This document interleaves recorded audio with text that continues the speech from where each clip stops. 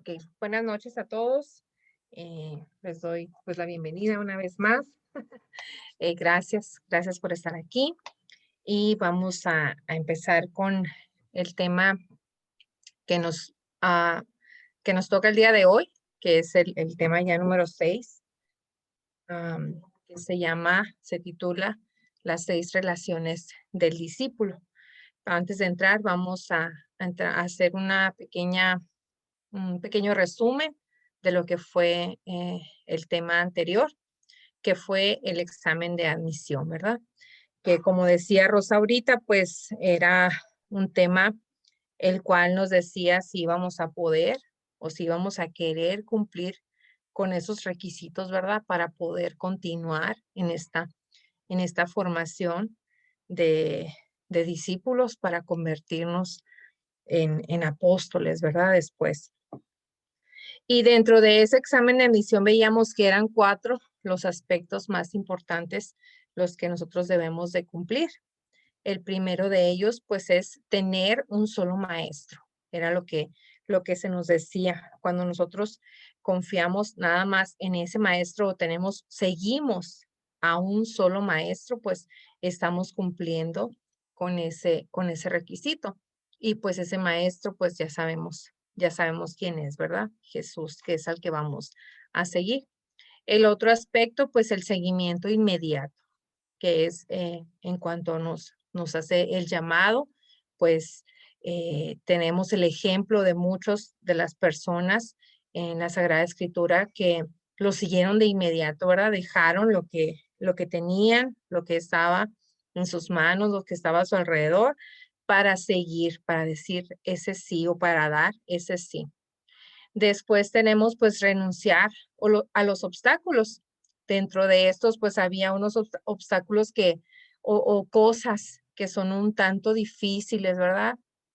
Como dejarlos o ponerlos de lado, pero tenemos que aprender a discernir cuáles son esos obstáculos que nos detienen, esas cosas que nos truncan ese caminar hacia el Señor, a ese seguimiento. Entonces, es muy importante que nosotros siempre seamos conscientes de lo que está sucediendo a nuestro alrededor y sobre todo de lo que nos está tumbando o nos está quitando la mirada, la vista, el camino que debemos de seguir, ¿verdad? Para continuar en esa formación, para completar este examen de admisión. Y por último, pues llevar la cruz. Nadie puede dejar su cruz y empezar a caminar, ¿verdad? Eh, Jesús nos enseñó pues que llevó su cruz hasta el final. Igual nosotros tenemos que continuar, tenemos que tomarla, llevarla hasta el último momento. Ya una vez que nosotros hayamos completado, se puede decir, esos cuatro requisitos del examen de admisión, como en cualquiera escuela, como en la universidad, cuando vas a entrar a la escuela y tienes que hacer un examen y cumplir con ciertos requisitos para continuar. Igual nosotros aquí también tenemos que cumplir con estos requisitos porque son muy importantes. No podemos estar a medias, nos dice el libro del Apocalipsis, ¿verdad? Que no podemos ser tibios o fríos o calientes. Entonces, estos 4 requisitos igual nos están diciendo que tenemos que cumplirlos completamente para poder continuar o, por decirlo así, para poder entrar a esa escuela que es el discipulado de Jesús. Lo bueno de este examen que vamos a aplicar o que vamos a llevar a cabo es que no se nos van a dar, o bueno, más bien, se nos dan, nos dice la enseñanza, las preguntas de antemano, ¿sí? Desde un principio se nos dan las preguntas, pero lo importante es que no tenemos que contestarlo nosotros con palabras, sino a través de los propios hechos, de nuestra propia vida. Es como nosotros vamos a demostrar si estamos o no cumpliendo con estos 4 requisitos que, como les digo, pues son muy importantes. Ya para entrar ahora sí al tema, aquí dice 7 relaciones del discípulo. El tema en sí la enseñanza de este libro que nosotros estamos llevando, si ustedes lo están siguiendo ahí en su libro, se titula Seis relaciones del discípulo, pero gracias al discernimiento, a, gracias a, a la intervención del Espíritu Santo, se vio la necesidad de una relación más, que es la que se ha agregado, por eso es que se se ha atrevido o nos hemos atrevido o las personas que lo hicieron con la autorización del sacerdote, del padre Raúl, pues se le agregó esta relación más. Entonces es por eso que nosotros, bueno, el grupo de oración lo titula Siete relaciones del discípulo. ¿Ok? Más adelante pues ya vamos a ver cuál fue la relación o cuál ha sido la relación que se le ha agregado a este tema. Y pues en sí el ser humano se realiza como tal en la medida de sus relaciones. Siempre el hombre va a estar tratando de relacionarse, se puede decir que esa es su naturaleza, nos dice. Somos seres sociales, no somos seres aislados. De hecho, pues esta pandemia nos ha eh, hecho un poco cautivos, ¿verdad? Pero gracias a Dios están los medios de comunicación que de cierta manera pues nos mantienen un poco más relacionados o podemos tener un poco más de relación con las otras personas. Pero en sí, el ser humano por naturaleza es un ser sociable, no es un ser que pueda permanecer por mucho tiempo solo. Lo podemos ver, de hecho, en el libro del Génesis, durante la creación, cuando Dios creó todas las cosas, cuando hizo esa maravilla, ese paraíso, ¿verdad?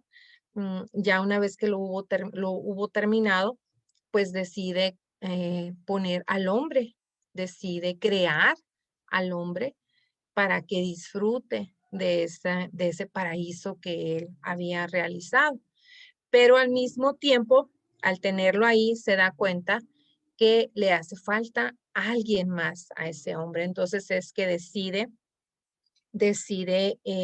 darle a esa compañera y lo podemos ver en Génesis 2:18 que nos dice ahí, dice la escritura, no es bueno, dice que el hombre esté solo. Entonces es por eso que Dios decide darle a ese hombre pues una compañera, darle a alguien para que juntos disfruten de esa creación que él había hecho, ¿verdad? Todo lo que él había pues creado así para el hombre.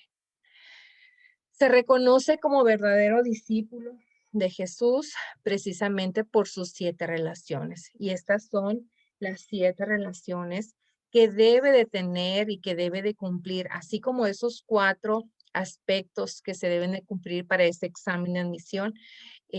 También un verdadero discípulo de Jesús debe de contar con estas siete relaciones.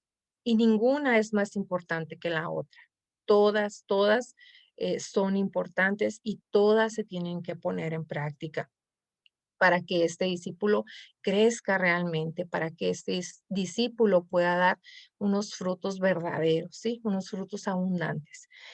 Tenemos consigo mismo como persona, con Dios como Padre, con Jesús como Maestro, con el Espíritu Santo como guía y la que se ha agregado con María como madre, porque se ha visto la importancia de María, el ejemplo que ella nos da y cada una de las cosas que, bueno, no es cada una de las cosas, tantas cosas que María tiene que enseñarnos y que nosotros debemos aprender de ella. Entonces, por eso es importante la relación que también debe de estar implicada en este crecimiento, en este desarrollo del discípulo. La otra es con los demás como hermanos y con las cosas con libertad. Estas son las siete relaciones que todo discípulo, como ya les dije, debe de tener, deben de practicar, deben de estar constantes en su vida. Y como les digo, ninguna es más importante que la otra, o hago más es y la otra no la hago tanto. Entonces, no. Lo importante es que cada una se desarrolle como tal. Se trata de un sistema de relaciones, como les decía ahorita, valiosas, cada una de ellas en su lugar. Ninguna se puede eliminar, ninguna, pues iría en detrimento del conjunto. ¿Qué quiere decir esto? Pues que hace menos valioso, ¿verdad? Entonces, o a lo mejor no vamos a tener el mismo rendimiento, como les decía, no vamos a tener, no vamos a dar los mismos frutos porque no tenemos esas 7 relaciones que en sí son muy, muy importantes. Vamos a ir con la primera relación, que es consigo mismo como persona. Es la primera relación y me gustó esta imagen que puse aquí porque es importante. La otra vez me tocó compartir un tema en el grupo de mujeres de fe. Siempre hago alusión a mujeres de fe, ¿no? Pero pues es en uno de los temas, en uno de los grupos en los que estoy un poquito más activa. Entonces, yo les comentaba esto, les hacía la sugerencia que por las mañanas, cuando te estés arreglando, cuando estés ahí, que ya te bañaste o que vas al trabajo o lo que sea y que te mires al espejo, yo les decía, regálate una sonrisa y mírate y dite a ti misma qué bonito amaneciste hoy, qué bien te miras, porque esa es una manera en cómo tú vas a acrecentar, no tu ego, hagamos referencia en esto, no tu ego, sino tu autoestima, el amor por ti mismo, porque es importante que te valores, que te aceptes, que te ames. Y conforme vayamos viendo el tema, pues vamos a ir, vamos a darnos cuenta de que esto es muy, muy importante en nuestra vida. Y nos dice que muchas de las veces nosotros creemos en que si nos amamos, que si nos damos ese verdadero valor como personas, lo vamos a confundir o las mismas personas lo van a confundir con egoísmo. Pero no se trata de eso. Debemos de entender que en la medida en que nosotros nos amamos a nosotros mismos, vamos a poder amar a nuestros hermanos. Y eso nos dice Levítico 19:18. Amarás a tu prójimo como a ti mismo. En la medida de que te ames tú, de que te aceptes, de que te valores, vas a poder tú también aceptar, amar, valorar, respetar a las otras personas. De este modo, existe la exigencia de amarse, servirse y respetarse a sí mismo. ¿Por qué? Porque somos hijos de Dios, porque merecemos ese amor, merecemos ese respeto a nosotros mismos, porque somos hijos de Dios. Y al mismo tiempo, pues también somos hermanos de Jesucristo, ¿verdad? Entonces, es importante que nosotros tengamos ese amor, ese valor para nosotros mismos para poder amar y valorar a las otras personas. El problema más grande para amar a los otros no son ellos, no son cómo se ven ellos. Ese no es el problema o ese no es el obstáculo para que nosotros lo amemos, sino que somos nosotros mismos. ¿Por qué? Porque generalmente en ellos vemos lo que no aceptamos en nosotros. En ellos nos damos cuentas de nuestras malas acciones, tal vez, nuestros defectos. Entonces, eso es lo que nosotros estamos fijándonos. O a lo mejor no tanto el hecho de que veamos lo malo de nosotros en ellos, sino que por lo regular estamos tratando de ver el lado malo de las otras personas. Sí, eso es lo que muchas de las veces tratamos o hacemos. Entonces, no amamos, nos dice la enseñanza, en los demás lo que rechazamos en nosotros mismos. Si veo yo que la persona es parecido a mí, a mis actitudes, a mis acciones, entonces eso es lo que no voy a aceptar, no voy a aceptar en esa persona. Pero ¿por qué no lo voy a aceptar? Principalmente, ¿por qué? Porque son cosas que son mías, que yo tengo. Entonces, eso es un obstáculo para amar a las otras personas, para valorarlas.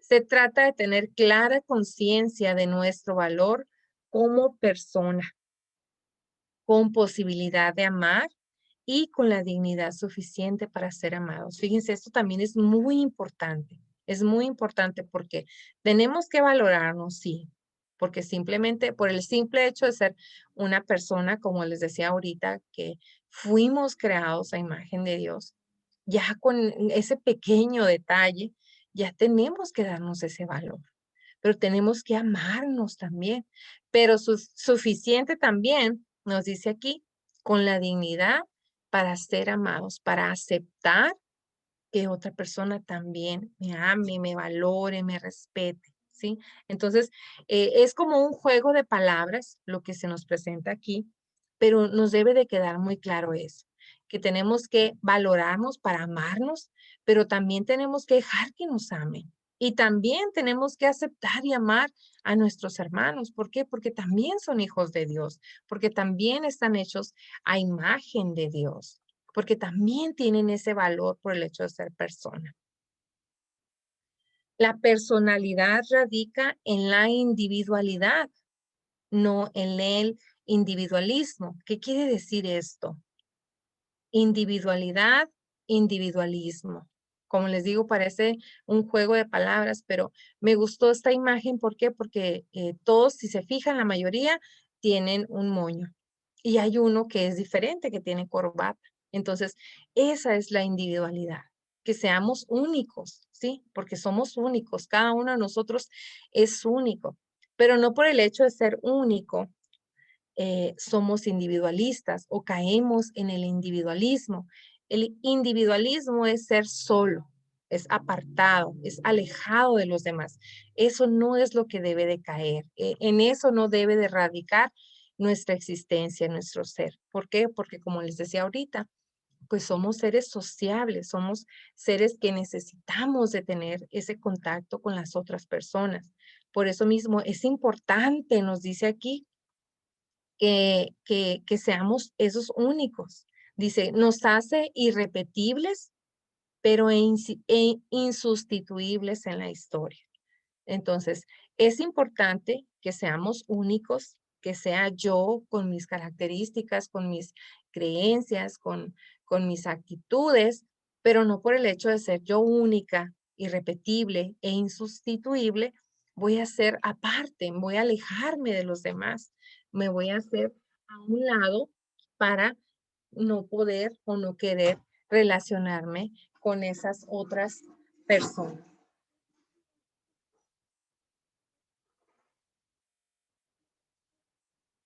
El maestro así lo estableció cuando afirmó categóricamente, porque Jesús siempre peleó este aspecto. Jesús siempre estuvo dándole a la persona, al ser humano, ese valor tan grande, porque decía que el hombre es valioso por el hecho de ser hombre, simplemente por ser imagen de Dios. Y esto exige tener la conciencia de que todas las organizaciones, nos decía Jesús, deben estar al servicio de la persona y no al revés. Y es por eso que Jesús siempre nos decía esto y lo podemos ver en Marcos 2:27 que dice, el sábado fue hecho por causa del hombre y no el hombre por causa del sábado. O más bien, como nos dice aquí en la enseñanza, el sábado se hizo para el hombre y no el hombre para el sábado. Entonces, Jesús siempre estuvo dignificando tanto al hombre como a la mujer en ese tiempo, ¿verdad? Cuando a la mujer pues no tenía ese valor, Jesús les daba el valor. Jesús tenía esa conciencia de lo importante que es el ser humano, del valor tan grande que tiene el hombre, la mujer, por simplemente ser a imagen de Dios. Entonces, Jesús siempre estuvo tratando de hacer esto, de hacerle hincapié en este aspecto. y nos decía que la persona está por encima de las leyes, o mejor dicho, las leyes, las tradiciones, las costumbres, todo lo demás que sucede en nuestra cultura, en nuestra sociedad, solo se validan o solo son importantes si están para el bien de la persona y de la comunidad. Entonces, tenemos nosotros que hacer conciencia de que, o más bien se pudiera decir, que si las autoridades hicieran conciencia de eso, de que las leyes y la forma de gobierno o lo que ellos están haciendo son para el bien de la persona, pues estaría perfecto, ¿verdad? Pero muchas de las veces están buscando, pues yo no quiero criticar ni decir nada, ¿verdad? Pero muchas de las veces se busca únicamente el bien personal, el bien para esa nación, para ese gobierno, no lo sé. Pero muchas de las veces no se le da o no se hacen las leyes para favorecer realmente al hombre, a la persona. El discípulo de Jesús se valora como persona que ha costado el precio de la sangre del Hijo de Dios, porque hemos sido pagados a un precio muy caro.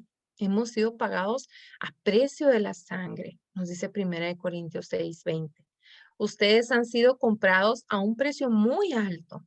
Procuren, pues, nos dice, que sus cuerpos sirvan a la gloria de Dios. Entonces, es importante, aquí mismo recae otra vez el valor que le demos a nuestro propio cuerpo, el valor que me doy yo misma como persona, porque mi cuerpo va a servir para eso, para darle la gloria a Dios, porque mi cuerpo va a servir para llevar, para mostrar a ese Dios, ¿verdad? Para mostrar, para enseñar esa que yo estoy teniendo. Entonces, por eso mismo debe de valorarse la persona, porque todos y cada uno seamos creyentes o no seamos creyentes, todos hemos sido pagados a precio de sangre. Por eso se respeta y se da a respetar tanto por los demás como por las instituciones. No se doblega ante los poderosos, ni se acompleja frente a los ricos de este mundo. Es difícil este aspecto. ¿Por qué? Porque el hecho de tener ese poder, las personas, muchas personas creen que tienen pues el poder, ¿verdad? Para poder otra vez doblegar, para estar por encima de las otras personas. Pero si todos, como ahorita yo tenía clase de catecismo y les decía a las niñas, si todos cumpliéramos realmente con los mandamientos, no necesitaríamos nada más, porque ahí está englobado todo nuestro actuar. Entonces, no necesitaríamos estar buscando leyes, no necesitaríamos estar viendo quién se beneficia, quién no. Entonces, es muy importante que valoremos, pero sobre todo que valoremos a la persona.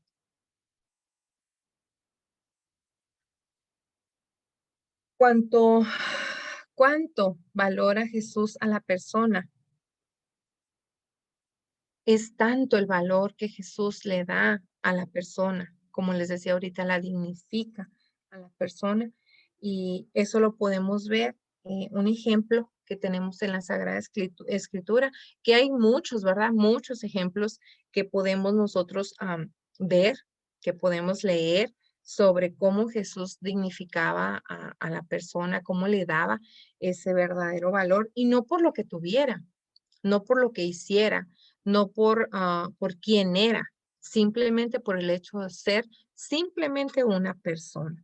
Y nos da un ejemplo eh, en el pasaje del Evangelio según San Lucas, capítulo 6, de 6 al 11, que dice, un sábado había un hombre en la sinagoga que tenía la mano derecha paralizada. Los escribas y fariseos estaban al acecho para ver lo que Jesús hacía. Recordemos que en sábado pues no se podía hacer nada, ¿verdad? Era un día santo, por así decirlo, para ellos, que no se podía hacer absolutamente nada y pues curar era algo que se hacía y no se podía hacer. Entonces ellos estaban nada más esperando a ver qué era lo que Jesús hacía.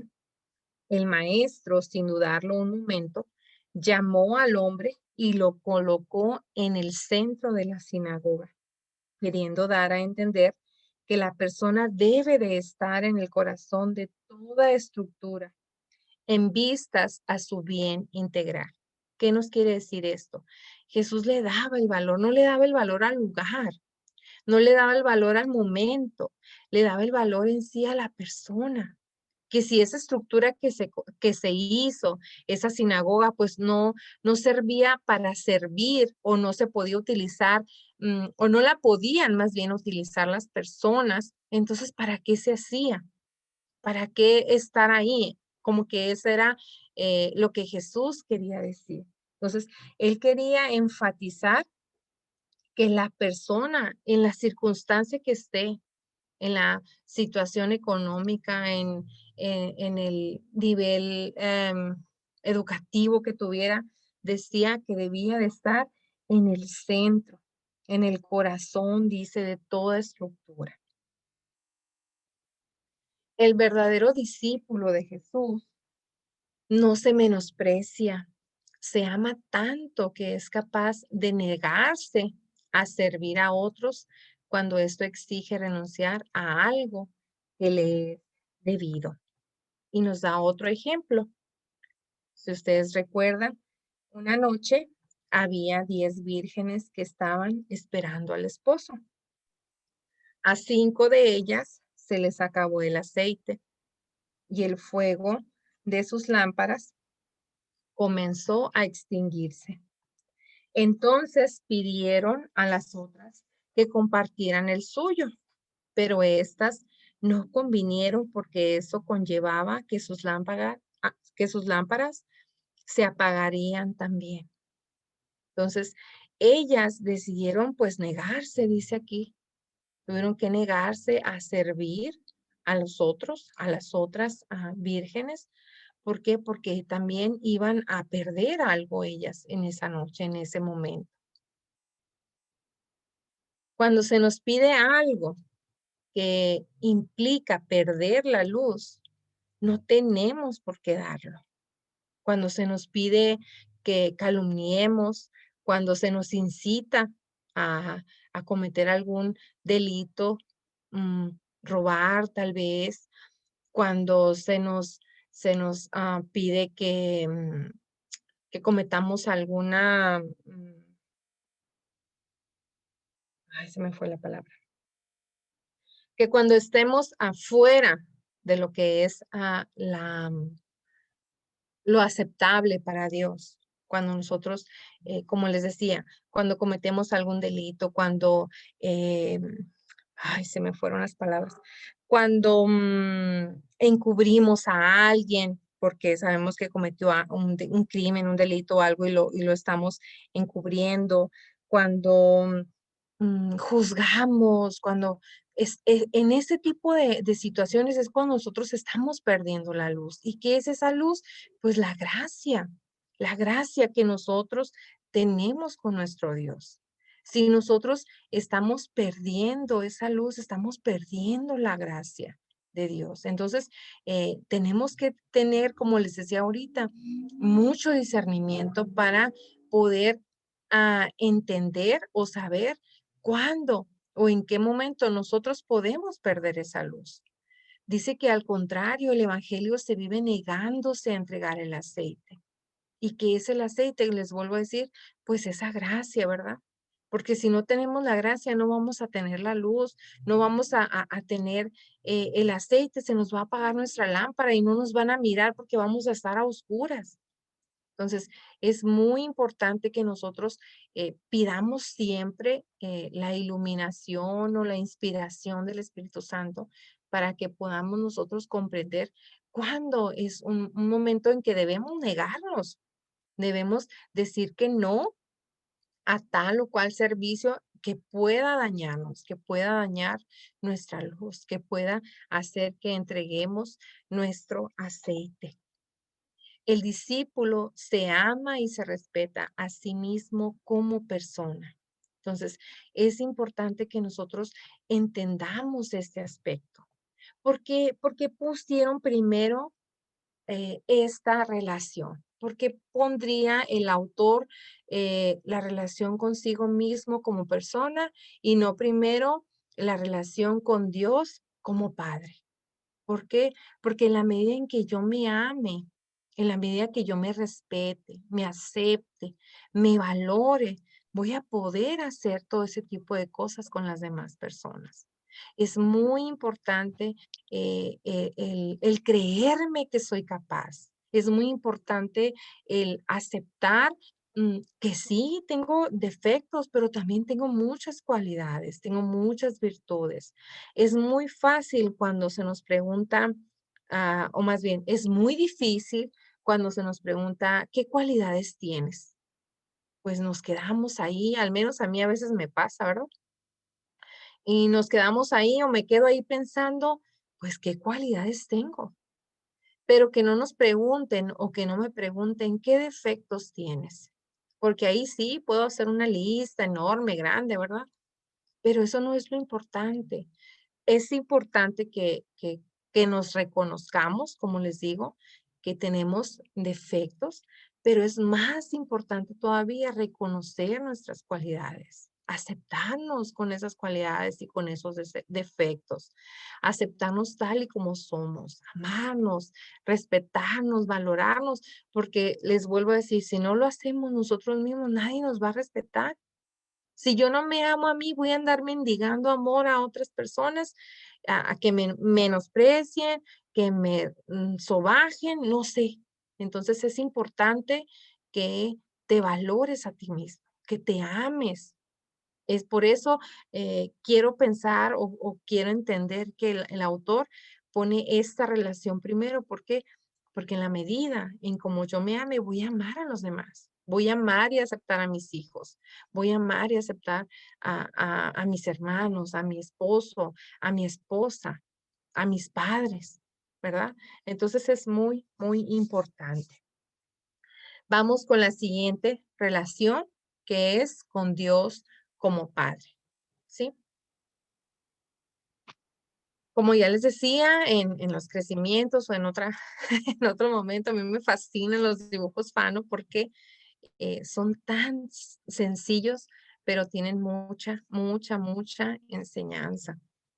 Los judíos se relacionaban con Dios de una manera tan respetuosa que llegaban a la frontera del temor. Imagínense tener un Dios al que le temes, tener un Dios al que no tienes la confianza para acercarte y pedirle algo, porque muchas de las veces los que tenemos hijos, perdón, los que tenemos hijos, si nosotros somos demasiado estrictos con nuestros hijos, exigentes, pues llegan a tenernos miedo y a veces no tienen esa confianza para hablarnos, para decirnos lo que está pasando, para comunicarse simplemente con nosotros, ¿verdad? Entonces, imagínense cómo era la relación de los judíos con Dios, que pues que prácticamente le tenían miedo. Era una forma de tanto respeto, se puede decir, pero era más, yo creo, más miedo lo que ellos sentían.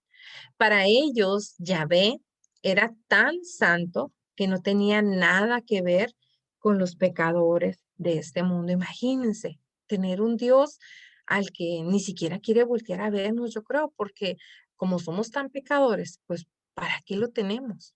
Entonces, qué raro, ¿verdad? Qué rara la forma de pensar de ellos en ese momento. Y pues de hecho, yo creo que todavía hasta el momento pueden tener este tipo de pensamiento. Por eso la religión judía estaba sellada por los ritos de purificación a los que constantemente se tenía que recurrir. Siempre estaban buscando limpiarse, estar limpios, siempre estaban tratando de purificarse en cualquier momento porque ellos no sabían cuándo iban a estar en la presencia de Dios y pues creían que al estar limpiándose y purificándose constantemente, a lo mejor Dios los iba a tomar o los iba a llamar en el momento que estuvieran purificados o estuvieran limpios para poder estar en la presencia de Dios. Entonces, como ya hemos visto, pues, en la escritura de que es cómo se lavaban las manos hasta los codos, como Jesús les decía que lavaban la copa por fuera. Bueno, encontramos muchas de las cosas en la palabra de cómo ellos hacían constantemente esta purificación.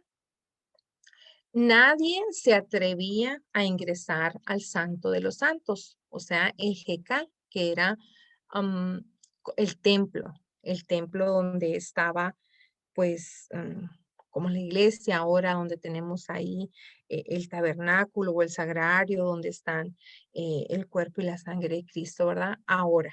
Pero en ese momento, pues, ellos tenían las tablas de Moisés, tenían las cosas que utilizaban para hacer los diferentes ritos, todo ese tipo de cosas que eran santas y que ellos creían que ahí estaba pues Dios, ahí estaba el santo de los santos, ¿verdad?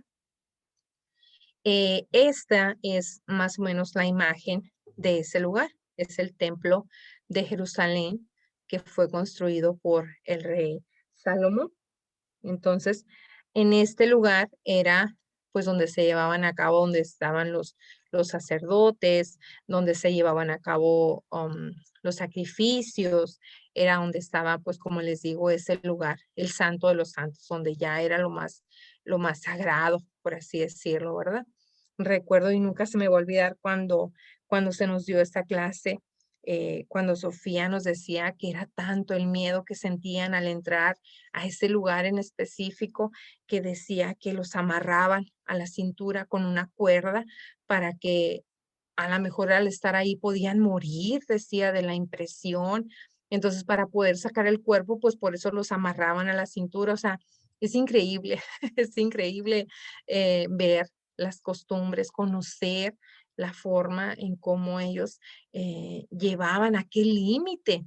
Era tanto el respeto, por así decirlo, como decíamos ahorita, de que le tenían a ese Dios, ¿verdad? Aquí tenemos una imagen más o menos, un mapa, un croquis de cómo estaba distribuido este templo, el templo de Jerusalén que les decía ahorita. Y aquí vemos los numeritos que están aquí y estos pues son las diferentes partes de la que constaba el templo de Jerusalén. Empezamos por el patio de los gentiles, luego tenemos el número 11 que es la puerta hermosa, que era la entrada ya al templo por el cual pues pasaban ahí por todas las personas.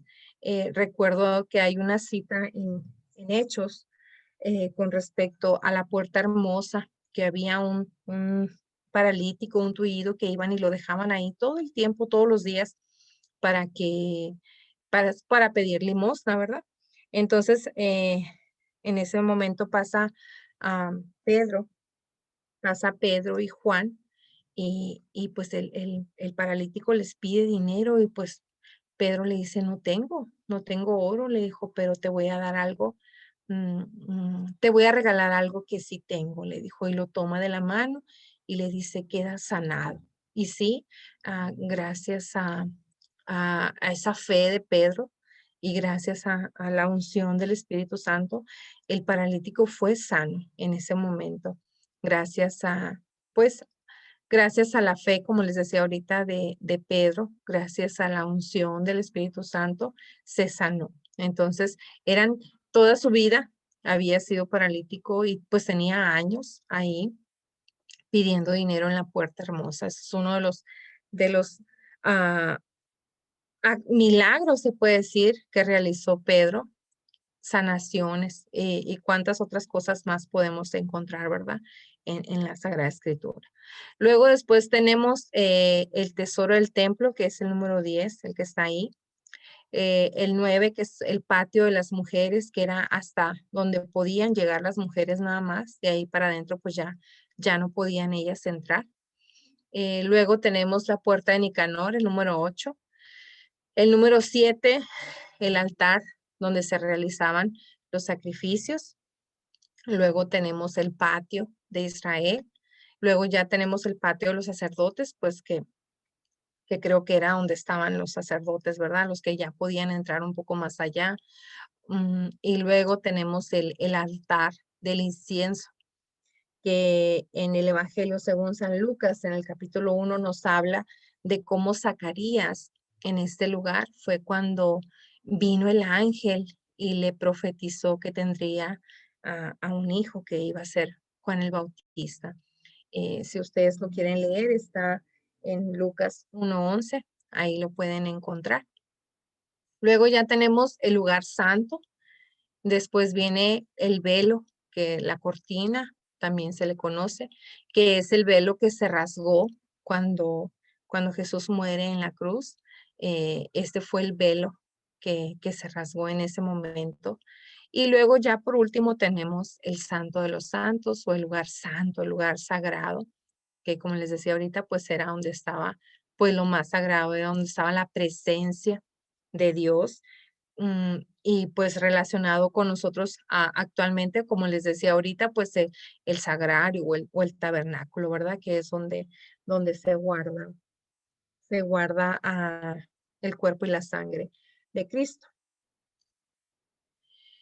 Imagínense entonces, con todo este respeto que ellos tenían para con su Dios, con todo este pues temor, se puede decir, con toda esa veneración que ellos tenían para con Dios.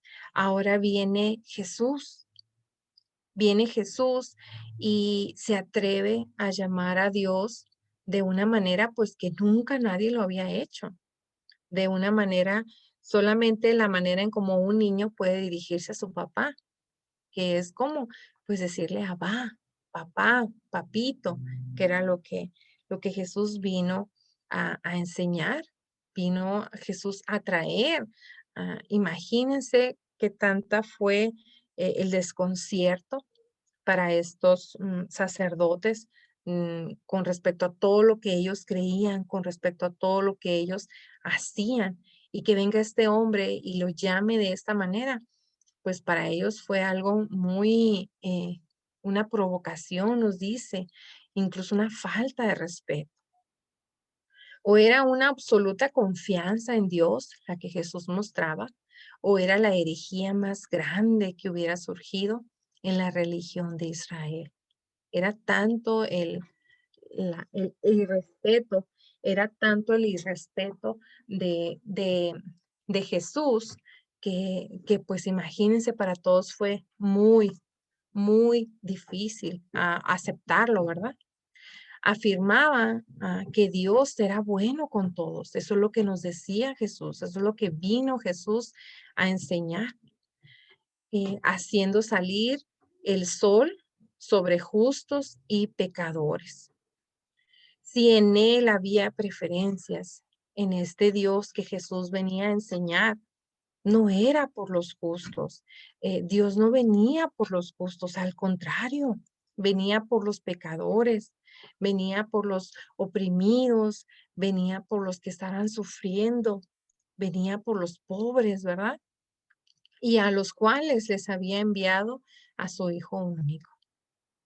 Este aspecto pues constituía una completa novedad en la religiosidad de aquellos tiempos. Imagínense todas las creencias, cuántos años tenían ellos practicando la religión de una manera para que viniera otra persona y dijera como prácticamente, pues no lo contrario, pero novedades tan grandes, pues era muy difícil para ellos aceptarlas. Y lógico, pues para las personas que realmente estaban necesitadas en ese momento, pues fue una palabra de aliento, fue un ánimo, fue como una inyección extra de vitaminas, se puede decir así, para salir adelante, para tener, para volver, para que saliera otra vez en ellos la fe, la esperanza de que habría algo mejor en sus vidas, en lo que ellos estaban viviendo en ese momento. Entonces Jesús nos viene a enseñar eh, que llamemos a nuestro Padre Abba, que le digamos papá, que le digamos papito.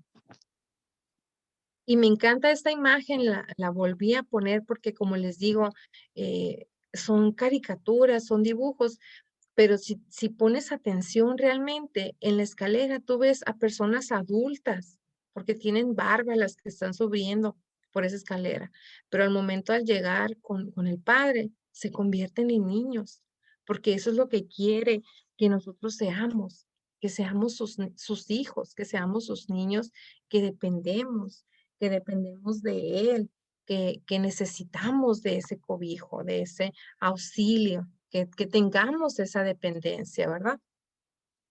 Podríamos afirmar que la experiencia de ser un hijo amado de Dios es el rasgo primordial que configura al discípulo de Jesús. No puede haber discípulo que no viva la relación filial con Dios, con su Padre. Entonces, si nosotros no tenemos esa relación filial, esa relación familiar, esa relación constante, esa relación apegada con nuestro Padre, pues no podemos ser verdaderos discípulos. Naturalmente no se trata de saber que nos ama, eso no es lo más importante. Lo más importante es de que experimentemos ese amor en todo momento y circunstancias de la vida. Porque en la vida vienen momentos difíciles. Claro que tenemos muchos momentos felices, muchos momentos en los que nos sintamos dichosos, muchos momentos que disfrutemos. No es el único momento en que nosotros debemos sentir ese amor. Principalmente lo debemos de sentir en los momentos duros de nuestra vida. Es ahí cuando más debemos nosotros tener esa relación filial con Dios para poder salir adelante, para poder tener la fortaleza, para poder experimentar realmente ese amor, por más duro que sea, por más difícil que la estemos pasando en ese momento. Es ahí cuando nosotros más tenemos que sentir ese amor. Es cuando más como niños nos debemos de sentir y acercarnos a nuestro Padre. Porque a mí me gusta acercarme a mi mamá, que me abrace, acurrucarme con ella. Imagínense, ese tipo de relación también la tenemos que tener con Dios. Sentirnos amados, sentirnos protegidos, sentirnos mimados, claro, también es importante. De allí que el discípulo vive en un abandono a la providencia del Padre. Nosotros siempre tenemos que abandonarnos a la providencia del Padre. Porque si nosotros sabemos, nosotros entendemos, comprendemos que da alimento a los peces, a los pájaros, bueno, a los peces también, a los animales, que si les da alimento, que si les da cobijo, que si les da casa. También a nosotros con más ganas, con más amor, porque nos ama, porque somos sus predilectos. Entonces, en eso debe estar nuestro abandono con el Padre, porque es un Padre maravilloso, un padre amoroso. Decía el padre Luis, y me ha tocado escucharlo de muchos otros sacerdotes, es un padre que no se deja ganar en generosidad, en misericordia, en amor. Entonces, eso es lo que tenemos que aceptar. No tenemos que tener eh, temor, no tenemos que sentir ese respeto con afán de sentir temor, sino que debemos de aceptar que tenemos un Dios poderoso, un Padre amoroso, generoso, que nos da lo que nosotros necesitemos, que nunca nos va a dar más de lo que no podamos soportar, nos dice Corintios. Entonces, ahí es cuando nosotros tenemos que abandonarnos, tenemos que dejarnos que nos toque, tenemos que sentirlo, como les decía ahorita, por más dura, por más feliz que sea la situación, es como más nosotros debemos de sentir ese amor, esa providencia de nuestro Padre. El discípulo confía en el amor incondicional que se manifiesta del Padre en una manera tan especial como es el perdón. Si nosotros volvemos a nuestro Padre, porque nunca vamos a dejar de ser pecadores, por más amor que tengamos a nuestro Dios, a nuestro Padre, por más amor que Él nos tenga a nosotros, nunca vamos a dejar de ser pecadores, ¿verdad? Pero si nosotros volvemos a Él arrepentidos, con un corazón realmente arrepentido, Él nos va a perdonar. Él estará ahí con ese perdón.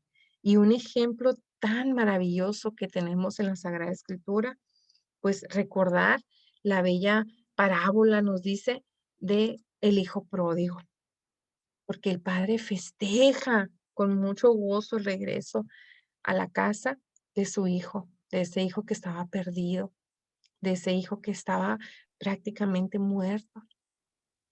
Cuando ese hijo regresa arrepentido de corazón, el padre para él es tan grande, es una fiesta tan grande que lo recibe con los brazos abiertos, que no le dice, te fuiste y me hiciste esto. Nunca, nunca, nunca hubo un rechazo, nunca hubo una recriminación por lo que pasó. El Padre siempre te va a recibir y nos va a recibir con los brazos abiertos, con ese amor que Él tiene para darnos, que es nuestro Padre. El discípulo vive en las manos amorosas de su Padre. Jesús nos enseña esto. Jesús viene a decirnos que nos ama de una manera personal. A ti, Rosa, a ti, Blanca, a ti, Julio. Jesús nos ama de una manera personal. Y por eso ahorita que veíamos del individual, de ser individuos, de no caer, o bueno, caer en el individualismo. Bueno, ya me hice bolas. Que seamos individuos como personas, pero que no caigamos en el individualismo, o sea, solos. ¿Por qué? Porque no por el simple hecho de que pertenezcamos a un grupo, o estemos en tal cosa o hagamos cualquier cosa, no quiere decir que por eso Dios nos va a amar. No, nos ama a cada uno de una manera personal. Entonces, y nos dice, nos tiene en sus manos amorosas. Por eso te ama Dios de una manera personal a ti, con tus cualidades, con tus defectos, con tus virtudes, con tus mal carácter, con tu risa, con lo que sea. El Señor te ama a ti personalmente. Indudablemente que el rasgo más importante de un discípulo es el poder llamar a Dios papá. Aunque se cumplieran todos los mandamientos, como decían por ahí, aunque trabajáramos horas extras en la viña del Señor, aunque se sirvieran a los más necesitados por todo el tiempo que tú quieras, o tuviéramos el mayor título eclesiástico, muchos estudios, mucha preparación de la iglesia. Si no vivimos como hijos amados de Dios, como hijos amados por Dios, de ninguna manera vamos a poder considerarnos discípulos de Jesús. Entonces, ese tipo de cosas no nos van a dar el hecho de decir o la totalidad o con certeza que somos discípulos de Jesús. Eso no va a ser así. Ahora bien, la razón de fondo es que si un discípulo tiene que ser como su maestro, si nosotros ya decidimos, como veíamos en el examen de admisión, tener un solo maestro, si ya decidimos cuál va a ser nuestro maestro, nuestro único maestro, y si ese maestro tiene eh, el derecho de llamar a Dios papá, entonces tú también puedes hacerlo porque ya escogiste a tu maestro, ya escogiste a quién vas a imitar, a quién vas a seguir, de quién vas a aprender. Entonces no únicamente vas a aprender conocimientos o forma de vida, sino también tienes que aprender a tener esa relación con tu padre, así como el maestro te lo enseña, así como el maestro siempre la ha tenido o la tuvo cuando estuvo aquí entre nosotros, cuando siempre tuvo esa relación con su padre, igual nosotros tenemos que aprender a tener esa relación con nuestro padre. Tenemos que aprender a depender, por así decirlo. Tenemos que aprender a, a estar siempre a su lado, a buscarlo, porque ahí va a estar, pero lo importante es que sepamos buscarlo, que sepamos llamarlo, que sepamos acudir a Él en cualquier momento, no únicamente en los momentos felices o a lo mejor nos olvidamos cuando estamos contentos, ¿verdad? Nos olvidamos de nuestro Padre, pero nos acordamos cuando estamos pasando por una dificultad. No, nuestro Padre quiere que en todo momento acudamos a Él, que en todo momento lo tengamos presente, que en todo momento sea parte de nuestra vida. Eso es lo que más debemos nosotros recalcar en este tipo o en esta relación que acabamos de ver. Vamos con la siguiente relación que es con Jesús como maestro. Entonces, les vuelvo a decir, ya pasamos el examen de admisión, ya aceptamos que vamos a cumplir con esos 4 requisitos y uno de esos requisitos es esto, un único maestro.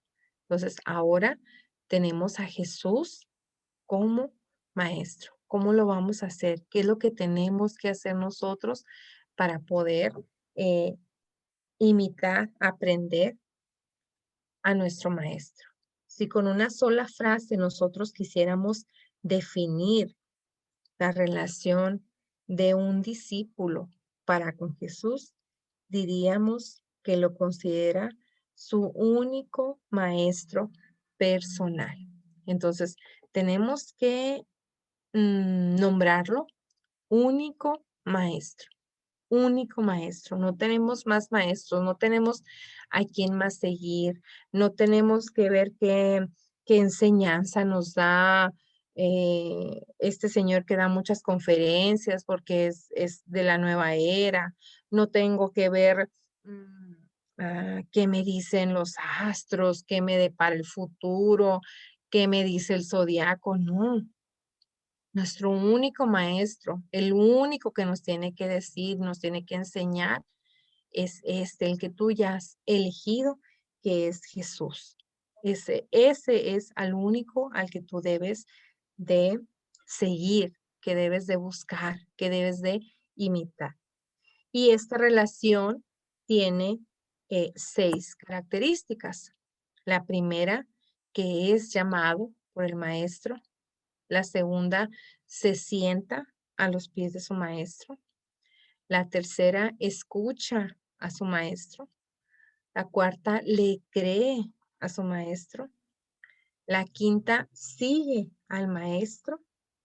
Y la sexta, obedece al maestro. Entonces, si tú ya has decidido que vas a tener un maestro y que tu único maestro va a ser Jesús, que va a ser tu maestro personal, tienes que cumplir con estas 6 características también. Vamos con la primera de ellas, que es llamado por el maestro.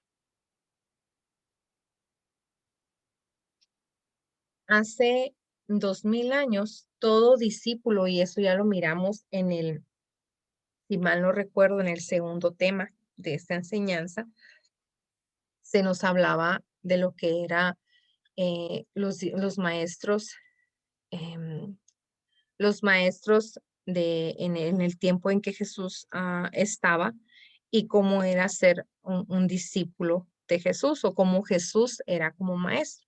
Veíamos ahí las diferencias y cómo se distinguían unos de otros. Entonces, en ese momento veíamos que el discípulo escogía al maestro pues que más le convenía, al maestro que creía que era el mejor, que tenía más conocimientos, que tenía más, que era más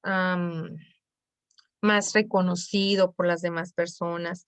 Entonces, esa era la forma en cómo se elegía a un maestro. Pero Jesús viene a hacerlo diferente, viene a hacerlo al revés. Él fue el que eligió personalmente a sus seguidores, a sus discípulos. Y nos dice Juan 15:16, ustedes no me han elegido a mí, sino que yo los he elegido a ustedes. ¿Sí? Vamos a quedarnos con esta primera parte de esta cita bíblica, Juan 15:16. Entonces, Jesús los ha elegido a cada uno de ellos. ¿Por qué? No sabemos, ¿verdad? No sabemos qué fue lo que Jesús miró en esos discípulos en ese momento, qué fue lo que le atrajo de ellos, qué fue lo que le llamó la atención de cada uno de ellos para llamarlos, para hacerlos discípulos. Entonces, muy claro nos lo dice, ustedes no me eligieron a mí, porque eso era lo que se hacía en ese momento. Los discípulos escogían a su maestro, pero Jesús viene a hacerlo diferente. Por lo tanto, ser discípulo no depende del gusto personal, sino de un llamado de Jesús que diga, ve. Eso es lo que Jesús está haciendo con sus discípulos. La primera palabra que resuena en el corazón del discípulo es la voz irresistible del maestro que lo elige para ser uno de los suyos. Entonces, el simple hecho de decir, ven y sígueme o ven, ya con eso el discípulo se siente seducido, ¿verdad? Para poder seguirlo, para poder dejar e ir en pos de su maestro. Este llamado es tan fuerte que se es capaz de dejar el dinero sobre la mesa de impuestos, como lo hizo Mateo, olvidar la barca llena de peces, como lo hizo Simón Pedro, y renunciar a la familia y negocios, como lo hicieron muchos otros, ¿verdad? Como lo hicieron muchos más para poder seguir a ese maestro. ¿Por qué? Porque escucharon esa voz que les resonó no únicamente en el oído, sino que les resonó en su corazón, nos dice, para poder decir sí o para poder irme o para poder dejar todo lo que tenía atrás y poder convertirme en ese discípulo. Quien no haya tenido esta experiencia es porque todavía no ha escuchado la voz del Señor, ni se ha sentido mirado a los ojos por el buscador de discípulos que nos ordena, sígueme, o ven y sígueme, dependiendo de la versión de la palabra, ¿verdad? Nos dice Marcos 2:14. Este llamado es tan fuerte, es tan intenso, que somos capaces, pues, de eso, ¿no? De dejar todo, de seguir, de simplemente ir a el llamado del maestro. Es el llamado del maestro y no la decisión del candidato, lo que capacita para cumplir su nueva vocación. Fíjate bien, eso es muy importante, porque a veces nos limitamos a nosotros mismos. Decimos, pero es que yo no puedo, es que yo no sé, es que yo no estoy preparado, es que yo no tengo tiempo. Siempre estamos buscando el es que o el pero o la excusa, ¿verdad? Para hacer las cosas. Pero eh, Jesús es tan fuerte en su palabra, es tan eficaz que Él nos va a dar, si tú decides el sígueme, si tú escuchas ese sígueme y decides, está bien, voy a hacerlo, aun cuando tenga que hacer todo lo demás, nos va a dar la fuerza necesaria para poder responder a ese ven y sígueme. Entonces, como les decía ahorita, nosotros muchas de las veces estamos siempre buscando un pretexto o siempre creemos que somos inmerecedores o que somos indignos o como les digo, que no estamos preparados. Pero si nosotros queremos hacerlo realmente, lo podemos hacer. Eso es lo más importante. Y no por nuestros propios medios, no por nuestras propias fuerzas, sino porque mm, Jesús con su inmenso poder, nos va a ayudar para que hagamos las cosas, para que se hagan las cosas. Eso es muy importante que nosotros lo entendamos, ¿sí? Que entendamos de esto, que nos dejemos, que nos abandonemos en esa providencia para que podamos hacer las cosas. Claro que no se trata de hacer las cosas al ahí se va. Claro que no al aventón. No, cuando estamos haciendo las cosas para Dios, tratamos de hacer de la mejor manera posible y no para quedar bien yo o para quedar bien con Rosa o con Cuquita o con quien sea. No, lo importante es que eh, hagamos nuestro mayor y mejor esfuerzo para darle la gloria a Dios, para darle la honra a Él, para que lo que estamos haciendo sea también eficaz, para que también nosotros podamos arrasar, no con nuestra voz, pero que podamos convencer a esas personas para que se acerquen a este verdadero maestro también. No puede haber discípulo de Jesús si antes él no lo llama. Esto es muy importante también. No porque a mí me da la gana, ya soy discípulo de Jesús. No, la palabra nos subraya muy claro que llamó a los que él quiso para que estuvieran con él. Nos dice Marcos 3:13-19. Entonces, si su palabra no nos atrae irresistiblemente, si no nos fascina su persona ni nos seduce su mensaje, todavía no hemos sido llamados. Y quiero mencionar aquí, leí la tarea de alguien el otro día y me encantó. Me encantó cuando puso, ¿qué has aprendido?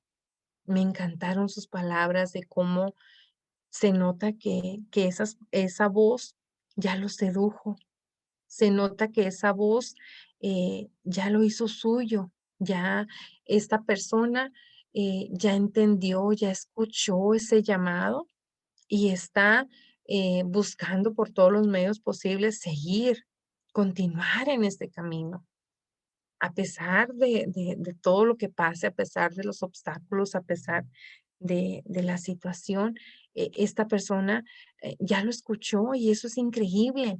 Y no es por mi predicación o por mi enseñanza, no es por la de Sofía, no es por la de Rosa, no es por la de Coquita, sino porque es la palabra de Dios, porque la enseñanza está basada en la palabra de Dios y eso es lo que debe de arrasar. Eso es lo que debe de convencer siempre y en todo momento a todas las personas. ¿Ok? Ya vimos la primera característica. Ahora vamos con la siguiente, que es se sienta a los pies del maestro. Esta es la segunda. ¿Ok? Ya vimos que el discípulo tiene un solo maestro. Ahora se sienta, perdón, es llamado por el maestro, es la primera característica. Y ahora se sienta a los pies del maestro. Y esta historia me fascina también. Esta historia me gusta mucho. En una ocasión, Jesús estaba en casa de sus mejores amigos en Betania. El maestro se sentó y comenzó a revelar los secretos del reino. Mientras María escuchaba con atención todas las palabras de vida que salían de la boca del maestro, su hermana Marta se desvivía en satisfacer las pocas necesidades del invitado. En un momento de desesperación, escoba en mano y con el delantal puesto, se acerca a Jesús. Interrumpió la enseñanza y le reclamó: Maestro, mira que mi hermana no me ayuda a atenderte. Dile que se levante para terminar más pronto. El maestro, con voz pausada pero segura, le dijo: Marta, Marta, tú siempre preocupada por las cosas menos importantes. ¿No te das cuenta de que lo esencial es recibir lo que yo te quiero dar? Yo no vine a ser servido, sino a servirte. Pero tú estás tan ocupada en los quehaceres de la casa que no tienes tiempo para sentarte a mis pies para escucharme. No es María la que debe hacer lo que tú estás haciendo, sino tú quien debes imitarla. Entonces aquí tenemos que aprender nosotros que debemos de darle ese tiempo. Tal vez más que servirle, tal vez más que desvivirnos, perdón, por atender, debemos de abandonarnos en esa presencia, debemos de disfrutar de su enseñanza, de su palabra, para poder aprender, para poder comprender, ¿verdad? Sentarse a los pies del maestro es la actividad más importante del discípulo. El discípulo debe de pasar largos momentos simplemente disfrutando la presencia del maestro. Es de tal manera contemplativo, con los ojos bien abiertos, porque tenemos que observar o se tienen que observar todos los rasgos de la personalidad de nuestro maestro, para que luego nosotros lo podamos reproducir, para que también lo podamos imitar, para que también lo podamos llevar o enseñar a los demás. Se trata de una inversión a largo plazo que ofrecerá tarde o temprano, pues los mejores intereses. ¿Por qué? Porque vamos a conocerlo en su totalidad. Vamos a poder pues imitarlo. Vamos a poder aprender completamente de cómo lo hace para que nosotros lo podamos practicar también. Sentarse a los pies del maestro es una forma de permanecer en él, unido como el sarmiento a la vid, bebiendo de su savia, de sus enseñanza, de cada una de las cosas que tiene que dar, participando de su vida, viendo, mirando, observando cada uno de los detalles, cada una de las cosas que hace y profundamente enraizado en él, unido a él, estar activo en cada una de las cosas que está haciendo, ¿verdad? Vamos con, antes de entrar en este aspecto, nada más quiero mencionar em, cuando Pablo, cuando Saulo, antes de ser Pablo, cuando Saulo estaba en esa persecución de los cristianos, de los católicos, se puede decir así,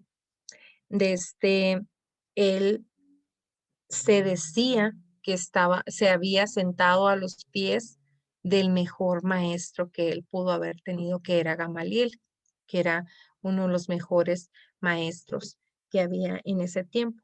Entonces, Saulo así lo mencionaba, así lo decía, que había tenido el placer de estar sentado a los pies del gran maestro Gamaliel. Y eso lo podemos ver en Hechos 22:3. Entonces, igual, dices, pues Saulo no tenía el maestro correcto, tal vez, ¿verdad? Sí aprendió mucho de su maestro, tal vez no tenía el maestro correcto, pero al igual que Saulo, nosotros también tenemos que tener ese orgullo de decir a los pies de qué maestro estamos sentados, a los pies de qué maestro has elegido tú sentarte para aprender de él, para comprender, para ser partícipe de cada una de las cosas que él hace, para luego después nosotros también poderlo practicar, poderlo llevarlo a los demás para que también lo aprendan, ¿verdad? Para que también lo puedan ver. Ahora sí, vamos a la tercera característica que es escucha al maestro. Y no sé tú, pero no sé si recuerdes o a quién se te viene a la mente. con estas imágenes. Pues el padre Raúl siempre decía, el que tenga oídos, que oiga, ¿verdad? Que escuche. Entonces, igual, nosotros tenemos que escucharlo al maestro, tenemos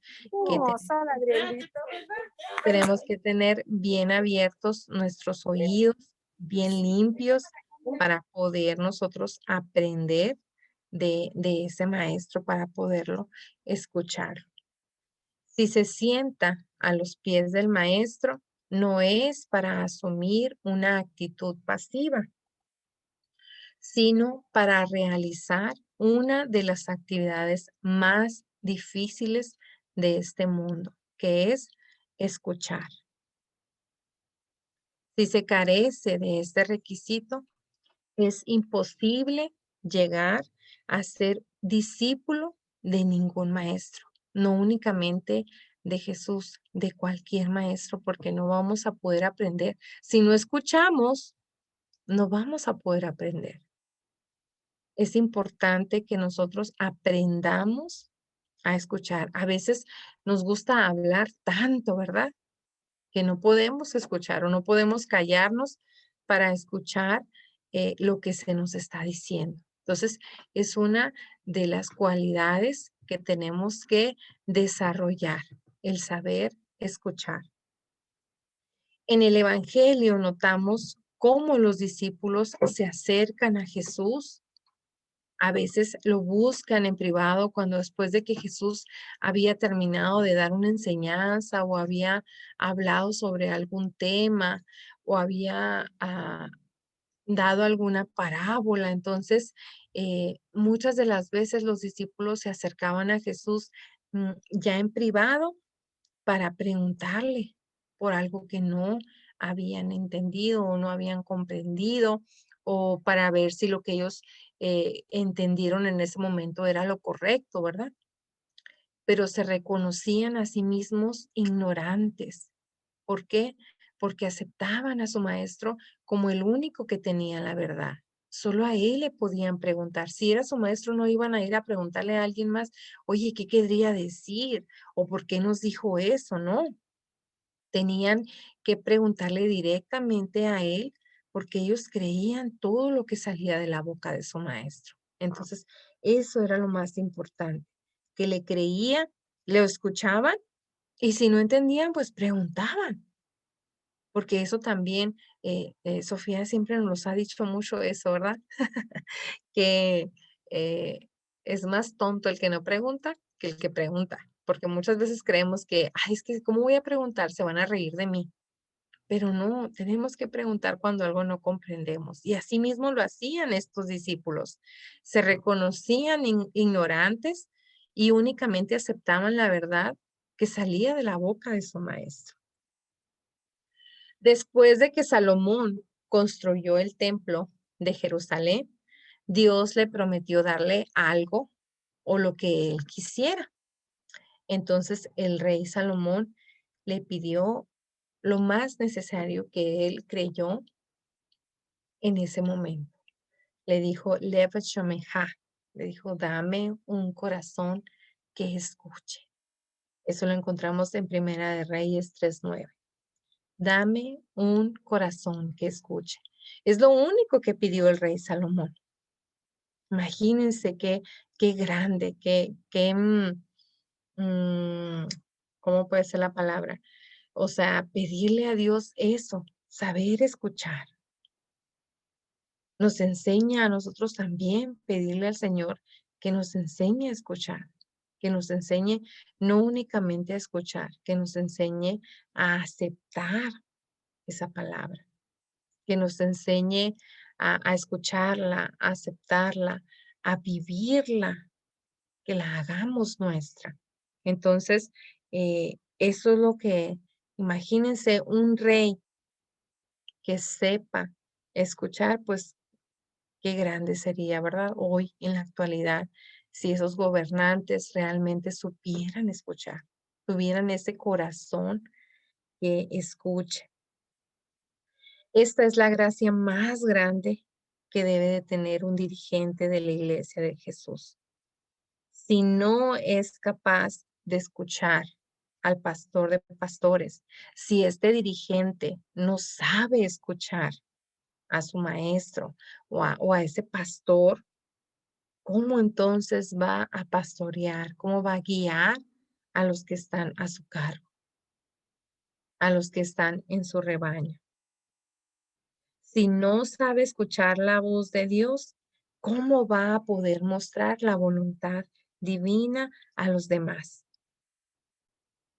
Los discípulos de Jesús son bienaventurados por oír lo que reyes, profetas y justos desearon escuchar.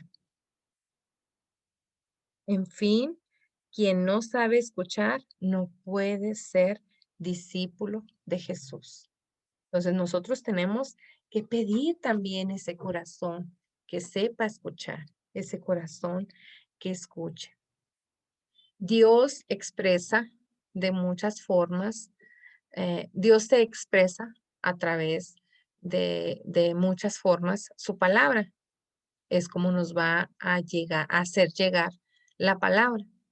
Hay estudios bíblicos que descubren dos términos diferentes para identificar a cada uno de ellos.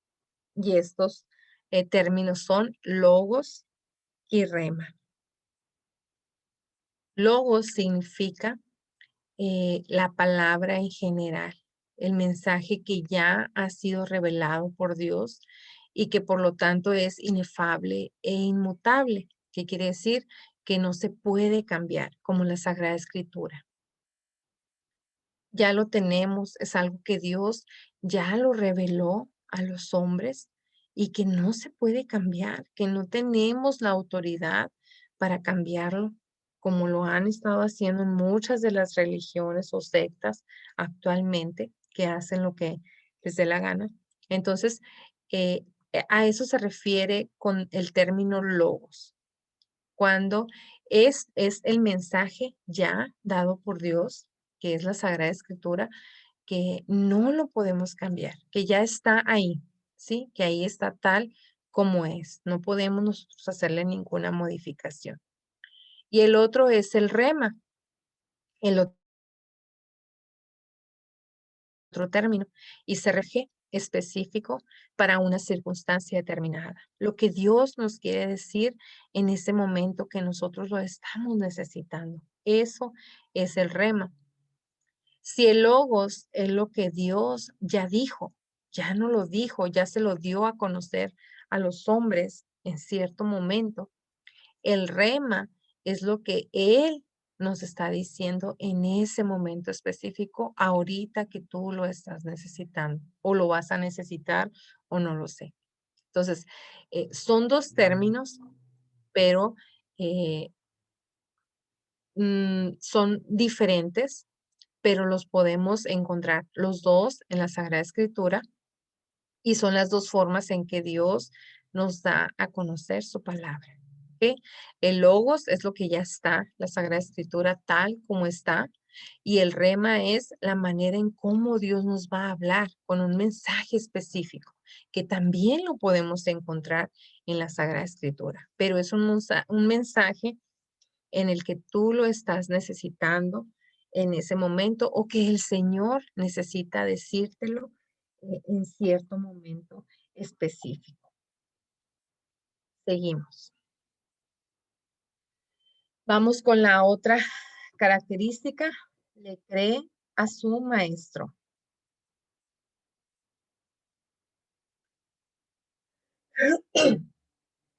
Un discípulo confía tanto en su maestro que le cree incondicionalmente. No cree en algo, sino en alguien que es digno de toda su confianza. Con razón, Pablo expresaba con toda seguridad, sé en quién he confiado. Nos dice 2 de Timoteo 1:12. Si Moisés prescribía una cosa en la antigua legislación, pero el maestro dice o hace otra diferente, se le cree más a quién, a nuestro maestro, al que tú ya elegiste como tu maestro. Si Jesús se opone a las costumbres de los escribas y fariseos, hay que abolirlas, aunque sean tradiciones sociales, familiares y aún religiosas, como nos podíamos ver en algunos pasajes en la Sagrada Escritura, por ejemplo, cuando le dicen, ¿por qué tus discípulos no ayunan? ¿Por qué tus discípulos no se purifican, no se lavan las manos? Esos son tipos de cosas que si Jesús las hacía, pues las tenemos que seguir. ¿Por qué? Porque estamos siguiendo a nuestro maestro. Si el mundo promete la felicidad a través del poseer, el poder y las apariencias terrenas, pero Jesús la asegura por medio de las bienaventuranzas, se sigue sin titubeos el camino del maestro. Cuando nos dice felices los que lloran, felices los de corazón limpio. Entonces, esas son las tipos de cosas que nosotros debemos de creer, que debemos que tener la certeza de que así serán. La base de la relación de un discípulo para con su maestro es la confianza.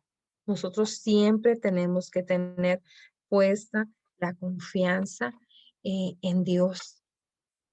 En medio de la borrasca de persecución que había brotado en Jerusalén y cuyos vientos ya soplaban en Damasco, Ananías, discípulo del Señor, oraba para que Dios detuviera al aguerrido Saulo de Tarso, que se acercaba para encarcelar a los seguidores del camino. Cuando estaba en oración, se le apareció Jesús y le ordenó que se dirigiera a la casa de un tal Judas, donde se encontraba el perseguidor.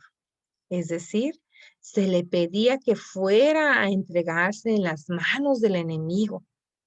Ananías, como buen discípulo, confió en su maestro, se levantó y fue. En una palabra, confía, aunque algunas veces le parezca absurdo. Eso es lo que va a hacer el discípulo. Esa es tanta su confianza que aunque parezca absurdo lo que se le está pidiendo, lo va a hacer.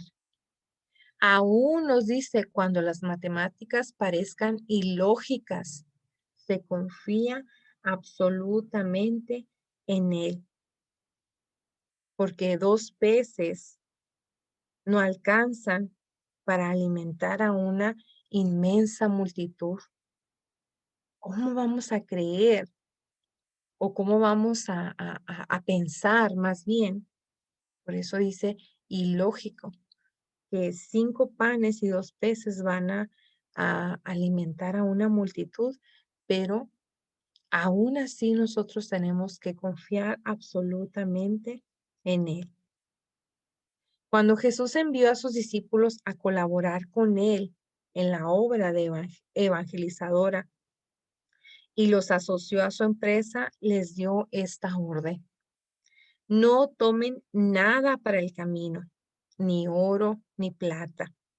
Lo menos que cualquiera hubiera exigido era el pago de los viáticos, pero los discípulos de Jesús obedecieron sin reparos la orden recibida y se fueron sin nada porque confiaban sin reservas en su maestro. Esa es la enseñanza que nos dejan los discípulos, su total y completa confianza en Dios, aun cuando les pidiera pues a veces lo más ilógico, lo más absurdo, ¿verdad?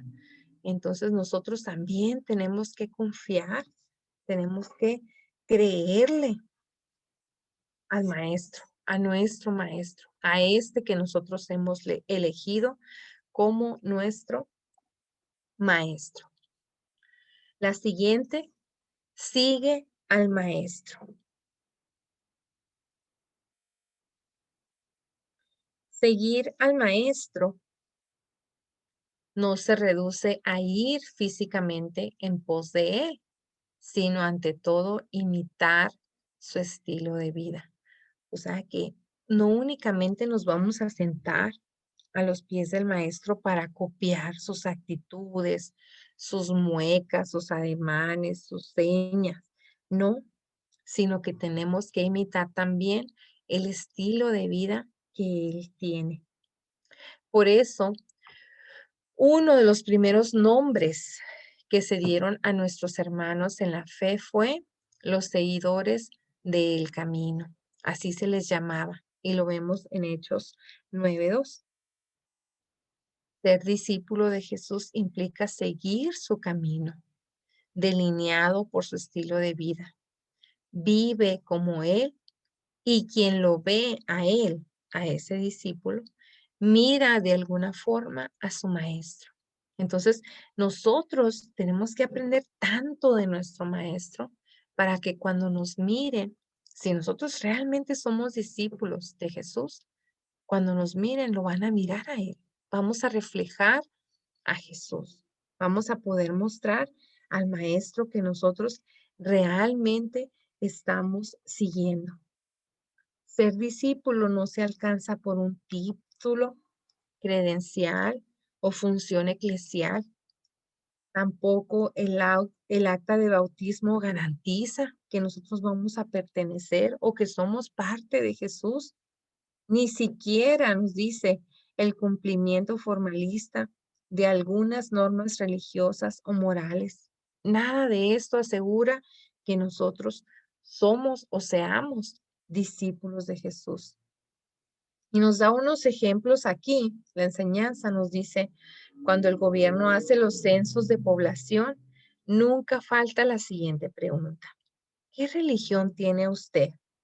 Y están mm, muy chistosas estas respuestas, ¿verdad? Porque si le preguntan al borracho, dice, el borracho con voz tan valiente responde, yo soy católico por gracia de Dios. Imagínense. La pareja que vive en Amaciato contesta en una sola de voz, por supuesto que somos católicos. El que ha jurado venganza sobre sus enemigos no duda en confesar, soy católico. Y así sucesivamente nos podemos ir, ¿verdad? Con cada una de las personas, cada una de las situaciones que están tan presentes en nuestra vida. Es cierto. Pero si en el censo no se preguntara la religión que cada uno profesa, sino si son discípulos de Jesús, o sea, en vez de que nos preguntaran qué religión profesa, nos dijeran, ¿es discípulo de Jesús? Pues ninguno iba a poder contestar afirmativamente, ¿verdad? Que somos o que soy discípulo de Jesús. Pues la cartilla de identidad de un discípulo es vivir de acuerdo al plan de vida del mismo Jesús con sus actitudes y valores. Entonces, si realmente nos hicieran esa pregunta, creo que muy pocos pudieran contestarla o muy pocos pudieran decirla de manera afirmativa que pertenecen o que son discípulos de Jesús. Una función o título en la iglesia no es garantía de pertenecer al grupo de discípulos. Hasta se podía ser apóstol de corazón disponible para todo trabajo y compromiso, pero no por ello se pertenece al maestro. Hasta podríamos realizar milagros, nos dice, y profetizar en el nombre del Señor, pero al final podríamos escuchar esta sentencia eterna que nos dice, no los conozco, apártate de mí. En la computadora del cielo no existe la base de datos de católicos, ni tampoco existe un archivo con fotocopias de las actas de bautizo. Solamente hay un volumen que se llama Libro de la Vida, donde están grabados con oro los nombres de los discípulos de Jesús.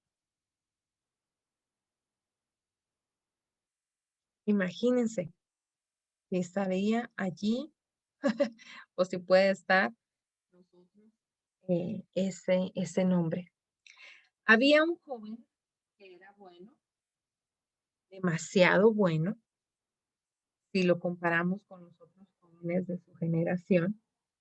No adulteraba, no robaba, honraba a sus padres, y cumplía con todos los mandamientos de la ley de Moisés. Sin embargo, nunca llegó a ser discípulo de Jesús porque no fue capaz de cumplir el requisito que el maestro exigía para poder seguirlo, que es renunciar a sus riquezas. Entonces, la cuestión aquí no es compararme con los demás, si soy mejor que ellos. La cuestión es compararme con Jesús. Soy como mi maestro.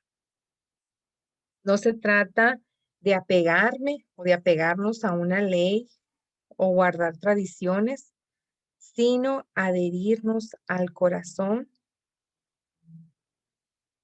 al espíritu del sermón de la montaña, que eran las bienaventuranzas. A eso es a lo que nosotros tenemos que apegarnos. La siguiente característica, obedece al maestro. El verdadero discípulo de Jesús siempre sabe obedecer, no solo las órdenes, sino hasta las más pequeñas insinuaciones y los más mínimos deseos del maestro. Y esto no lo hace por obediencia ciega o por disciplina militar, sino movido por una confianza ilimitada. Y un gran ejemplo de esto lo encontramos en Simón Pedro. En Juan, el Evangelio según San Juan, capítulo 21 del 4 al 6, nos dice que después de pasar toda una noche en su barca, intentando pescar algo, y pues no salía nada, escuchó la voz del artesano de Nazaret que le ordenó echar las redes al lado derecho, y él obedeció, él hizo caso. El experimentado pescador no entendió, pero obedeció. ¿Y qué fue lo que encontró? Pues muchos peces, ¿verdad? Y pudo reconocer quién era el que le estaba hablando. En otra ocasión, le mandó saltar de la barca y caminar sobre las aguas en un mar embravecido. Pedro no dudó y obedeció. Caminó, dice que caminó unos cuantos pasos y luego después empezó a hundirse, pero lo importante aquí es que obedeció. Él hizo lo que su maestro le pidió. En otro momento se le exigió lo más absurdo, lanzar el anzuelo al mar para sacar un pez que contenía una moneda en el vientre.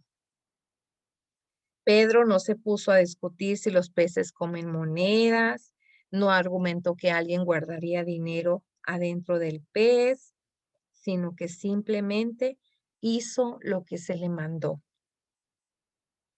En otra ocasión, cuando el maestro se proponía entrar a Jerusalén, que lo envía por un burro al pueblo de Betfagé, él no se excusó diciendo que no conocía al dueño, que lo iban a tachar de ladrón. Simplemente obedeció la orden recibida e hizo todo lo que se le había ordenado. Esos son los ejemplos que nos da o que podemos encontrar en Simón Pedro de lo que es la obediencia. Cuando el maestro ordena algo, sea lo que sea, se le obedece por la simple razón de que así lo dispone. Su palabra es verdad, aunque todo parezca contradictorio. Se debe dejar lavar los pies porque el maestro lo dice. Recordemos que aquí incluso hasta Pedro le dijo, no, maestro, ¿cómo me vas a lavar tú los pies a mí? Y luego ya después le dice Jesús que si no se los lava, pues no va a pertenecer. Y entonces ya le dijo, no, pues entonces lávame todo, le dijo Pedro, ¿no? Hay que subir a Jerusalén aunque sea peligroso. Se debe perdonar 70 veces 7, aunque parezca exagerado. Es el ejemplo que nos da el Señor del perdón. Debemos aclarar un punto fundamental. Un discípulo no es solo el que obedece a su maestro, sino el que le obedece en todo. Así que quien no tenga y viva con estas características no podrá encontrar su nombre en el libro de la vida. Entonces, nosotros tenemos que pensar muy bien si queremos que nuestro nombre aparezca en ese libro, para que cuando llegue nuestro último día o nuestro momento o el momento del juicio final también, poder ver si nuestro nombre está ahí escrito. Eso es lo que tenemos que nosotros preocuparnos. Y con esto vamos a terminar. Las otras características las vamos a ver en, en la semana que entra, en la próxima clase, porque pues como ven es un poquito extenso este tema.